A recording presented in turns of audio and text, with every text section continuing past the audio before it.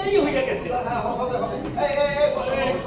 ভাই তুমি সেই সকাল 10টা থেকে এসে বসে আছি, তোমাদের সময় কি আর কোনো দাম নেই? তুই থাম দেখি। সুবীর, কাকু কোন বলো দেখি আমাদের কি কি করতে লাগবে? আপনারা তো মূর্তি করে পুজো করবেন। হ্যাঁ তা 3 দিন পূর্ণ অনুষ্ঠান থাকবে তো? হ্যাঁ, মূর্তি করার অর্ডারটা দিয়ে দিয়েছেন? ওই আমাদের পাড়ার ময়নাটা খুব ভালো, খুব ভালো বানায়। আচ্ছা ঠিক আছে, ভাবলাম ভালোই বানায়, কিন্তু কত টাকা লাগবে? এই ধরুন 1000-1200 মধ্যেই হয়ে যাবে। বাবা, এত টাকা লাগবে? আরে বাবা, জিনিসপত্রের দাম বেড়েছে, ওদেরও তো খরচাপাতি বেড়েছে নাকি? হ্যাঁ তা বলো বাবা। ঠিক আছে, আর কি বলবো?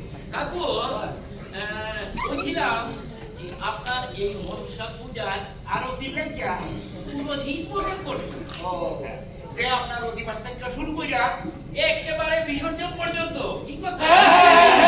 আরে পুরো অনুষ্ঠান সুন্দর সুচারুরূপে একবারে পরিচালনা করে নিয়ে যাইব। হ্যাঁ তা তো ঠিক আছে সুমিত্রা, তুমি এবারে বলো তোমার বরণের জন্য তোমার কি কি লাগবে? আরে অসুবিধা এমন কিছুই না।